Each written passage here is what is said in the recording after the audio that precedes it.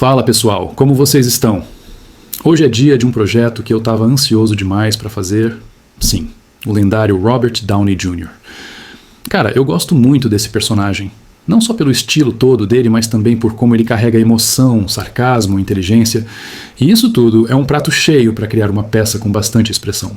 E claro, como sempre, antes de qualquer pincelada, eu fui dar aquele rolê no Pinterest, que é tipo o meu cantinho secreto de referências.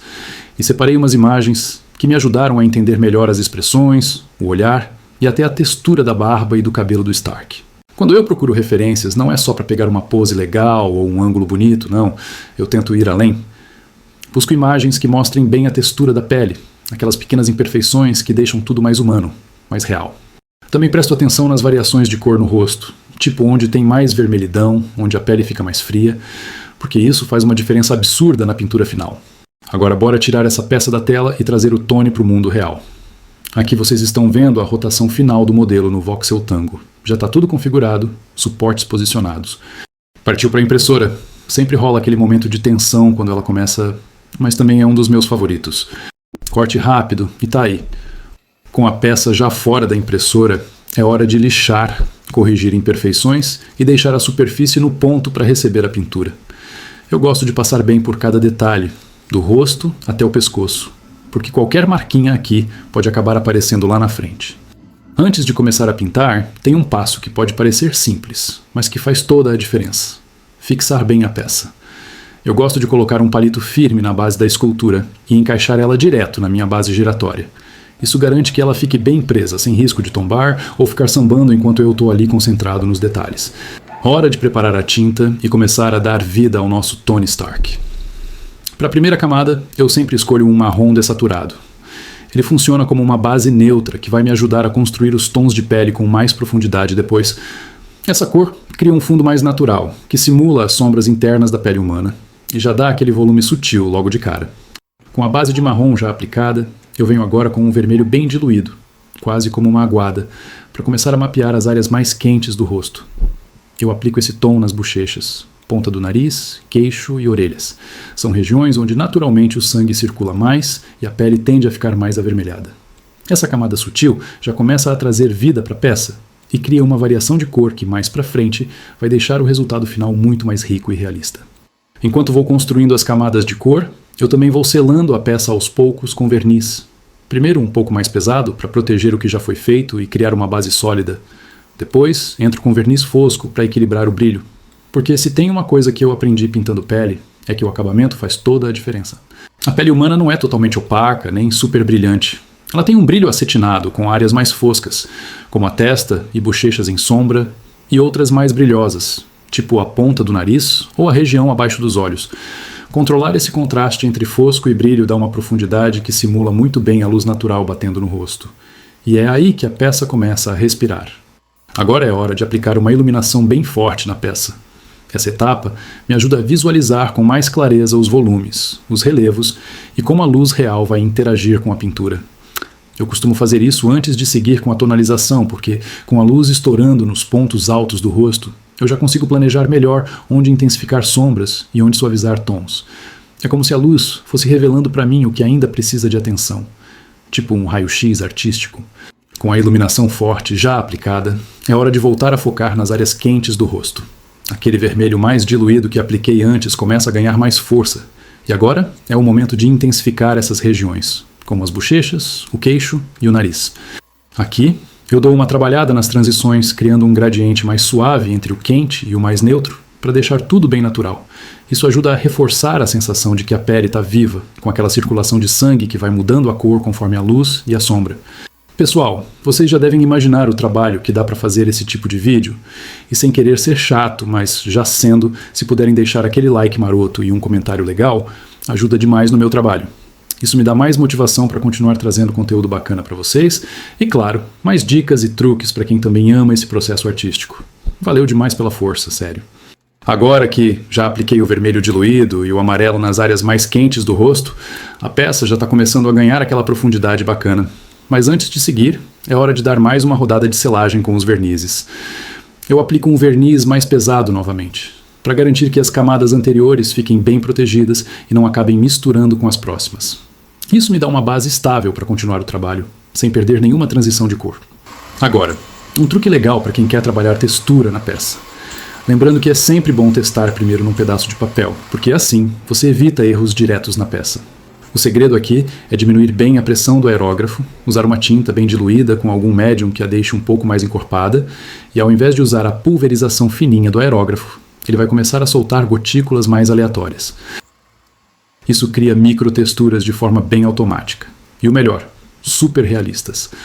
Essa técnica é ideal para a pele, porque traz aquele efeito de poros e texturas mais sutis que fazem toda a diferença. E se você não tiver um aerógrafo, não tem problema. Pode usar as cerdas de uma escova de dentes para fazer o mesmo efeito. A ideia é criar essas microtexturas. E tanto o aerógrafo quanto a escova de dentes fazem isso muito bem. Agora vamos deixar o aerógrafo de lado por um momento e pegar o pincel para trabalhar os detalhes mais finos. Eu vou usar um marrom azulado bem sutil, quase imperceptível, para marcar as áreas mais escuras do rosto, como as sombras ao redor dos olhos, nas laterais do nariz e nas bochechas. Esse tom mais frio vai criar uma profundidade extra, simulando a forma como a luz realmente incide no rosto, acentuando as partes que ficam mais sombreadas. Com o pincel, a gente tem mais controle. Então é perfeito para esses detalhes mais delicados, que fazem toda a diferença no acabamento final. Pessoal, só lembrando que esse aqui é o meu método de fazer as pinturas, mas a beleza do processo artístico é que não existe uma única forma certa de fazer as coisas. O importante é você ir descobrindo o que funciona melhor para você. Eu sempre recomendo treinar não só em peças, mas também testar materiais diferentes, explorar novas técnicas e, claro, praticar bastante. A chave é ir construindo a sua própria maneira de pintar, algo que seja único e que te faça sentir confortável e criativo no processo. Agora, vamos começar a parte que traz uma grande diferença no realismo da peça: os olhos do Tony Stark. Muita gente pensa que os olhos são só brancos, mas na verdade eles têm muitas variações de cores e nuances. E, para capturar isso, eu gosto de usar tintas bem diluídas, aplicando em camadas finas. Ao aplicar essas camadas, uma sobre a outra, a tinta se torna quase translúcida, e isso traz profundidade para os olhos, criando aquele efeito de volume e luz que a gente vê no rosto real. Cada camada vai construindo a riqueza de cor e detalhamento nos olhos, e isso faz toda a diferença no resultado final. Os olhos, pessoal, são uma das partes que realmente fazem a diferença. E, infelizmente, é uma etapa que exige paciência. Não dá para correr. Cada camada precisa ser aplicada com muita atenção aos detalhes, porque os olhos têm essa profundidade única que a gente precisa capturar com precisão. Agora, vamos continuar e focar nos detalhes que realmente dão aquele toque de realismo. Comecei pela barba, porque ela é uma parte crucial, especialmente no Tony Stark. Eu gosto de usar tons de marrom e cinza, aplicando de forma bem suave, camadas finas que vão criando a textura natural dos fios. O truque é sempre fazer a transição suave entre a pele e os pelos, para dar aquele aspecto mais realista. Depois, vamos para o cabelo, que tem aquele estilo característico, com mechas mais volumosas e outras mais lisas. Vou trabalhar as luzes e sombras para dar a sensação de volume, sempre mantendo o tom natural. E lembrem-se, pessoal, nunca é bom aplicar a tinta pura diretamente na peça. Sempre façam a diluição correta, e isso facilita muito o processo, principalmente quando estamos usando o pincel. Além disso, os médios são fundamentais. Eles são produtos que a gente mistura com a tinta acrílica para alterar suas propriedades, como a viscosidade, o tempo de secagem e até o brilho. Por exemplo, se você quiser uma tinta mais fluida e com um tempo de secagem mais lento, você pode usar um médium retardador. Se você quiser aumentar o brilho e dar uma textura mais acetinada, tem médios específicos para isso também. Usar os médios certos vai tornar o processo muito mais fácil e vai te dar mais controle, principalmente nas áreas de detalhes mais finos, como os cabelos e a barba.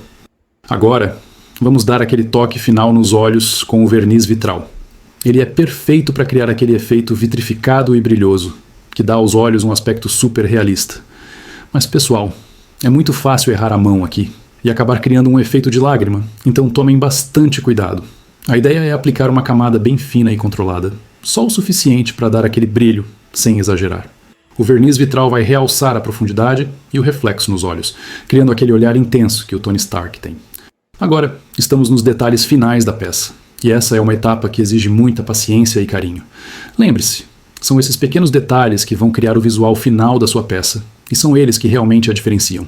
Cada pincelada aqui tem um propósito, e é esse cuidado que vai dar a profundidade, as texturas e os realces que fazem a peça parecer viva. Então, respire fundo e tenha paciência nessa etapa também. No final, esses toques finais vão deixar tudo ainda mais incrível e realista. E aí, pessoal, agora que terminamos todos os detalhes, vamos dar uma olhada no resultado final.